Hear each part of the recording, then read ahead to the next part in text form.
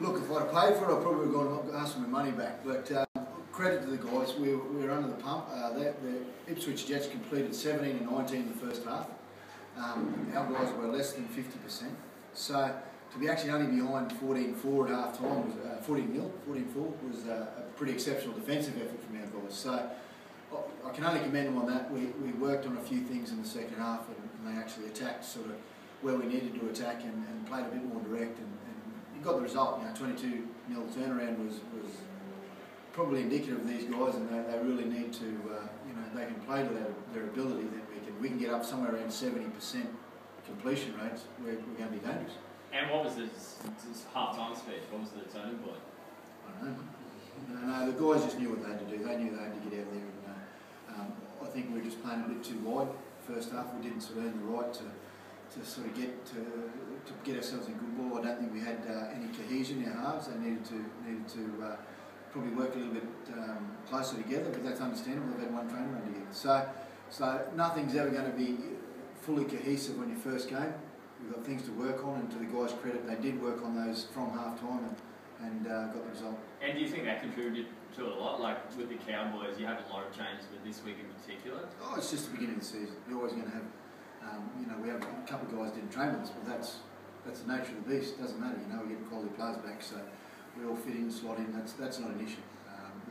It's just, and that wasn't the issue in terms of our unforced errors. There was a lot of errors out there that were fundamental, and we need to improve on those.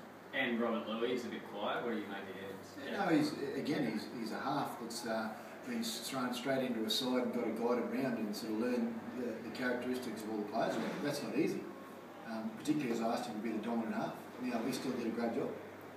Did a good job defensively for us. So he's only going to get better week in, week out, but I don't think we'll have him for long. Yeah. And Ty, how good was it finally being back playing after so long? It wasn't really enjoyable at the start. The first 20 was a bit scratchy, but to get the result in the end was good. It's a good start of the season for us. To play that scrappy and win pretty convincingly, it's probably good signs for us for the season ahead. And you think the weather had a bit to do with it at the start, or you just weren't switched on? Or? Both teams played it. They competed pretty high. They played pretty smart. Sort of didn't show till the back end of the second half that if we stick to areas that we work on at training, we can roll the park pretty easily. Getting in corridors and just working them short sides, and then the points sort of just piled on towards the end. So I think we just went away from the game plan and it sort of stung us there for a while. And were you confident that you could run down that second half? Yeah, I don't think we were ever thought we were out of reach. Dave knocked it on the head straight away at half time and said this guy should be 30 points and 14. So it gave us a bit of confidence. We were a bit quiet there at half time. By the time we got out in the field, we started off pretty well. And Endo 2 tries to start with. How good's he? He hasn't lost anything? He hasn't. He's had a few weeks off training as well, so he doesn't miss the jump. Shawnee was quality inside him as well, through some really good passes. So he doesn't mind scoring a try, Orlando. Yeah. And mate, especially good to start off with a win because a lot of your games are away this first 5 rounds. Yeah, look, we pride ourselves on the fact we've got a good record up here, and we wanted to continue that. So the guys did. Like I said, it was to win scrappy, to win ugly, you take it. It's 2 points at the beginning of the season. I know we'll get better. Players know they get better, and they got better in the second half. So, we've got things we can work on. We'll have a look at vision, and we'll work on the things we need to for next week. Dave, what's the prognosis on Ryan on his hand? Gets right next week. You're right next week? We'll be pushing for a place next week, yeah. Gotcha.